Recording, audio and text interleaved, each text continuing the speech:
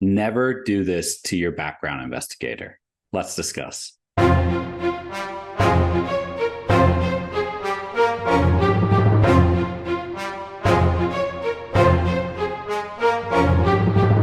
Hey, before we get started, listen, I have two gifts in the description for you. One of them is the Getting Started workshop for law enforcement candidates. It's going to walk you through every stage of the hiring process. Plus, there's those hidden bonuses in there that will really help you figure out where you're going to fall in your hiring process and where you need to focus your attention to be a little bit better. Additionally, if you have something specific to your hiring process, jump on a free one-on-one coaching call with me. I will help guide you through it, whether that's hurdles you may have in the background, you're wondering what your eligibility or your chances are of getting hired. We'll be able to discuss it all. Now, the one thing you should never do to your background investigator, and that is not respond to them or not listen to them. If they tell you to do something, and they say, hey, I need you to sign up for this immediately. I need you to get this notarized ASAP. You need to do it. Drop whatever you're doing, right? I don't care. Drop whatever you're doing and respond to them. Obviously, if you're driving, pull over and be safe about it. But you need to stop what you're doing and respond to them. It's okay if they make you wait. They're going to make you wait. If you've been through any of the process already, you've seen this. It's a big hurry up and wait game. But if they're waiting on you, there's a good chance that they're just going to pull you from the hiring process. You're a little bit reprieved in today's day and age when they need a lot of law enforcement officers and they want to get as many candidates through that they can possibly get, so that as they weed out, they have more options that they can fill the academy billets. But at the same point in time, if they're sending up a follow-up email to you and saying, hey, I responded to you a week ago and you haven't gotten back to me, or what's going on, you failed to respond. I've seen it left and right where if you're late for a PT test, if you're late for their interview meeting, if you fail to respond to them via email, they just pull your packet and you are 100% done and you're going to have to reapply. And then it looks bad when you reapply because you reapplied and say, oh, I made this mistake, or I failed to respond, or I didn't complete such and such. They're not going to take you serious. Now, what if they do allow you to move forward? You're still not that person's favorite applicant, right? Hey, this is Frank. I have to respond. He never responds back to me. He's always taking forever. He's always trying to, he's always late when I tell him to do something. Hey, I need this done ASAP. Hey, you need to schedule this. He doesn't read the directions all the way. It drives background investigators insane. And the big thing about the background investigator is they're the number one person recommending you to the chief or to the hiring board as, hey, this candidate made it through. He did well on the board. His background is going really, really well. I think we can move forward with him, do his psych, his poly. All that looked really great. I definitely think we need to look at this candidate. He's highly recommended. And then if there's a chief board, he's going to be the one that says, he or she is going to be the one that says, chief, hey, this candidate's squared away, good to go. I'd like to bring them in and sit down if you got time. And then their recommendation is going to be the one that matters the most, right? Because they're the ones that are dealing with your personal background more than anyone else. They're the one that is going to sign off saying, hey, I believe this individual is eligible for a public trust security clearance.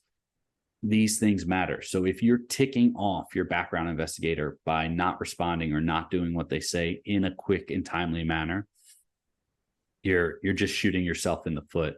Too many times I've had people reach out to me, oh, my background investigator said, hey, sign up for your written exam as quickly as possible. And actually, it doesn't even have to be your background investigator. It could be any hiring official. Sometimes maybe you'll deal more with the recruiter than you will the background investigator.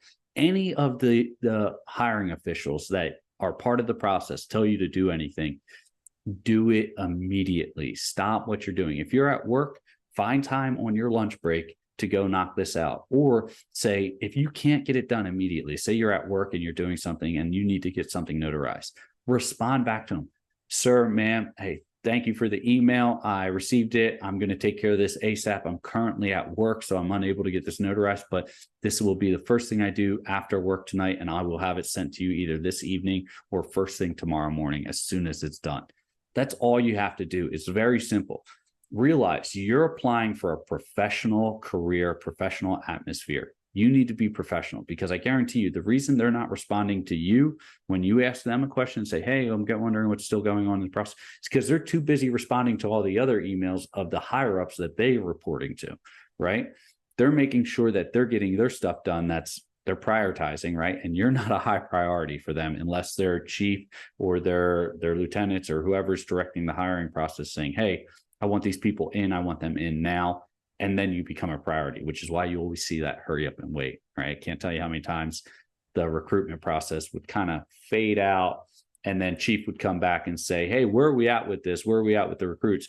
Oh, yeah, we're finishing this up. We'll have them in next week, chief.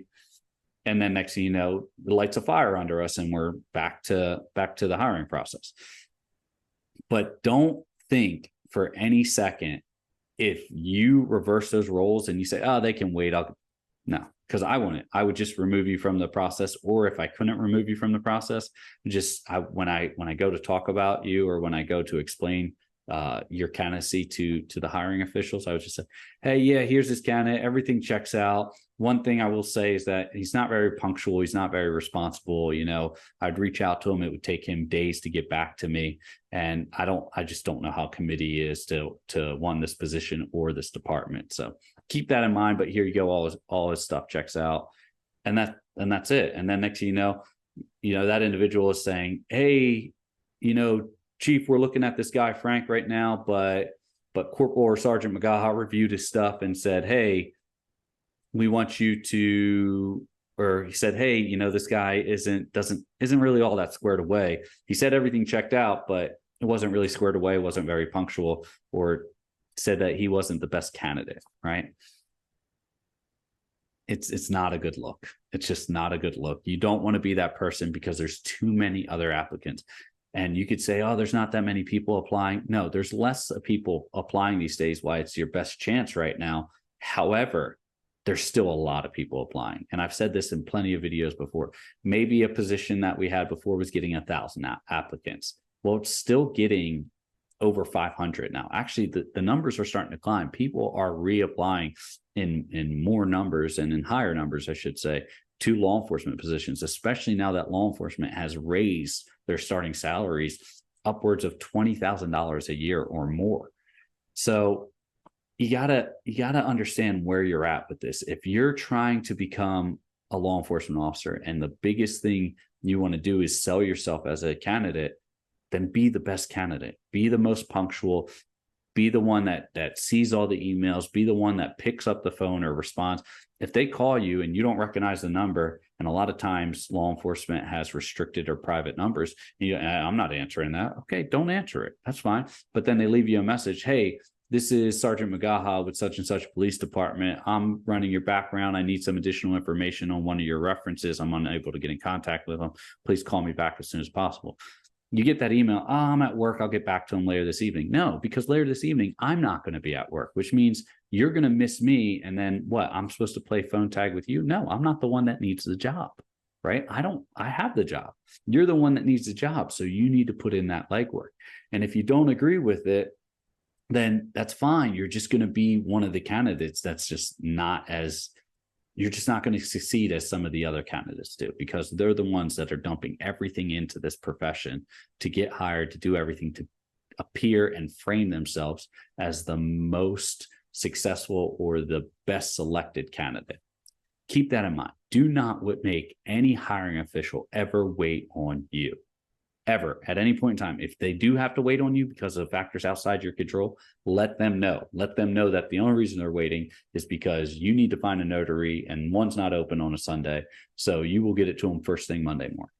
Right? Those are the type of things that you need to handle. Now, what happens if you do miss it and it's an accident? You immediately apologize and say, hey, I'm so sorry I missed this email. I'm working on this right now. Here it is. And you just move forward with that. And hopefully they understand and they allow you to continue forward. And if they don't, you just know next time you need to be a little bit more vigilant on your communications and make sure that none of the hiring officials get hung up or stuck waiting for you. I'm interested to know if anyone's ever ran into this issue that's willing to talk about it. Leave a comment though. Leave a comment if you have. Let me know what happened. Let me know if the hiring official allowed you to move forward, or let me know if they just removed you from the hiring process or kind of gave you a stern talking to, so to say, via email or however you were communicating with them. I'm really interested in that. Okay. Now, those gifts are still in the description. Use them. They're here for you. They're both free. That's why they're there. I want to help put good police officers out on the street. So the free workshop, the Getting Started workshop, it's down in the description. Click on the link. It'll take you to it.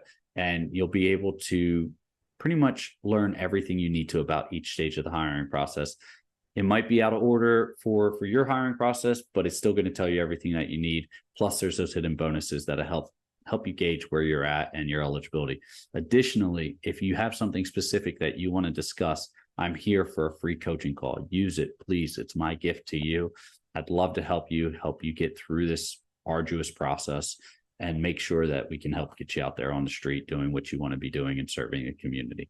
As always, stay safe, and I will see you next time.